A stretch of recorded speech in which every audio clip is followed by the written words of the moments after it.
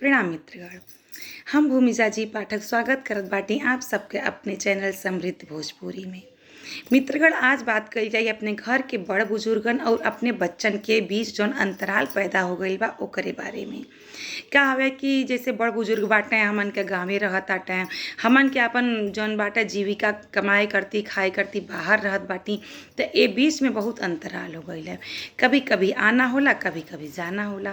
तो ए बीच में एक ठो जौन बात है, अगर ए समय मौसम बारिश के चलत बाटे या फिर कोनो भी मौसम बा, गर्मी के छुट्टी से तो सब उबर गईल बा, तो कभी कभी जे गाँवे गईल रहत बाटे ते अपने घर परिवार से अपने बड़ बुजुर्गन के साथे ले आवेला, चाहे बुला लेला, कुछ दिन करती कुछ महीना करती, थोड़ा घूमल फिरल हो जाला, मन फेर हो जाला।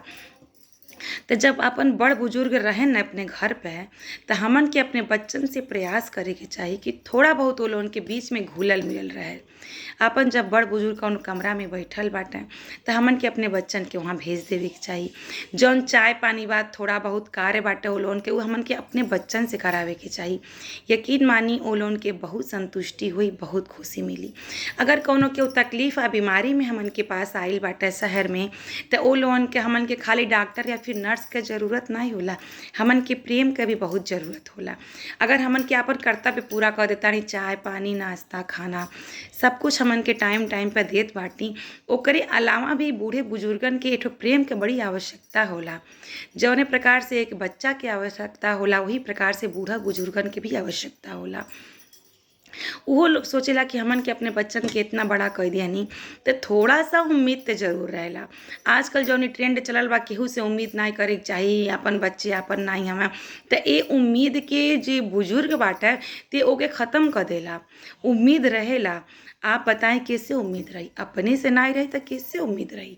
ये ऐसा चीज़ हवे उम्मीद, हमन के लाख कहें कि हमन के अपने परिवार से उम्मीद नहीं हवे, हमन के अपने बच्चन से उम्मीद नहीं हवे, तो का उम्मीद ख़त्म हो जाला? जे उम्मीद कइले बाटे और उम्मीद लायक लइके नहीं बना तो दिन रात रोता, सही बात है। लेकिन जे उम्मीद नहीं कइले बा आ तेहू के बच्चे अगर उम्मीद लायक नहीं बना, तेहू के तकलीफ होला।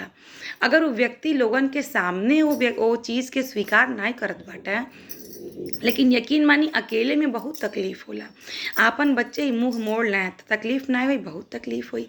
आप हम सब खुद देखत बाटे कि कितना संघर्ष बा लइकन के पैदा कई के बड़ा कइले में, कितना परेशानी बाटे। ई कहल आसान हवे कि तब परेशानी नहीं रहले, अब बहुत सारा समस्या है। परेशानी तब्बो रहले, तब्बो पैसा रुपया के परेशानी इतना ज़्यादा रहले कि कितना मुश्किल से हमन के माता पिता इतना संघर्ष कइने पढ़ाई लिखाई करौने, उहे संघर्ष अब्बो लगल बाटे। संघर्ष कभी भी कोनो पीढ़ी में ख़त्म नहीं होई। पैसा के भी समस्या जौन सबके बाटे हुआ वो बात तब्बो रहले, आगे भविष्य में भी हुई। 1 लाख जे कमाला तेहू परेशान बा, 1 करोड़ जे कमाता तेहू परेशान बा, 10,000 जे कमाता तेहू परेशान बा। परेशानी सबकर अलग अलग है। तो ऐसे उम्मीद रहेला बच्चन से। तो जब हमन के बूढ़ बुजुर्ग घरे बाटे तो अपने बच्चन से थोड़ा बहुत वो लोगन के कार्य जैसे कि पानी ले गईल, वो लोगन के हाथ पैर अगर थोड़ा बहुत दबवा देव लइकन से, कोनो बहुत बड़ा हास नहीं हो जाई लइकन के अंदर ये सब संस्कार आवेला। अपने भी बूढ़े बुजुर्गन के पास बैठे के चाहिए। माता पिता आइल बाड़े, सास ससुर आइल बाड़े, थोड़ा बहुत सेवा करे के चाहिए, थोड़ा बहुत सर पे हाथ फेर देवेले से केहू के कोनो बहुत बड़ा स्ट्रगल परेशानी नहीं हो जाए, बहुत बड़ा संघर्ष नहीं हो जाला, बहुत दबा नहीं देवल जाला। सब काहे कि तकलीफ में आपन परिवार ही कार में आवेला।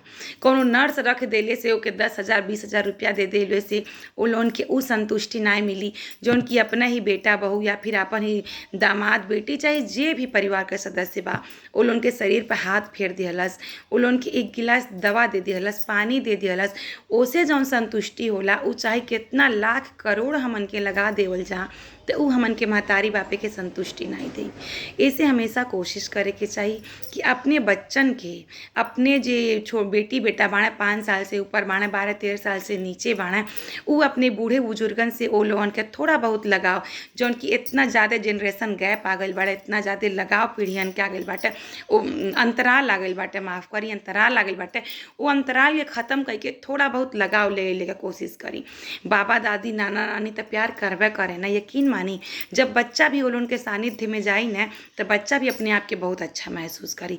तो हमेशा ही कोशिश करी कि माँ बाप जे भी आयल बा घर परिवार में हमन के बच्चे थोड़ा बहुत कार्य वो लोगन के जरूर करें। इससे अपने के भी संतुष्टि हुई आ ओ लोगन के संतुष्टि के तक कोनो सीमा नहीं रही। जय श्री बाबू साहब।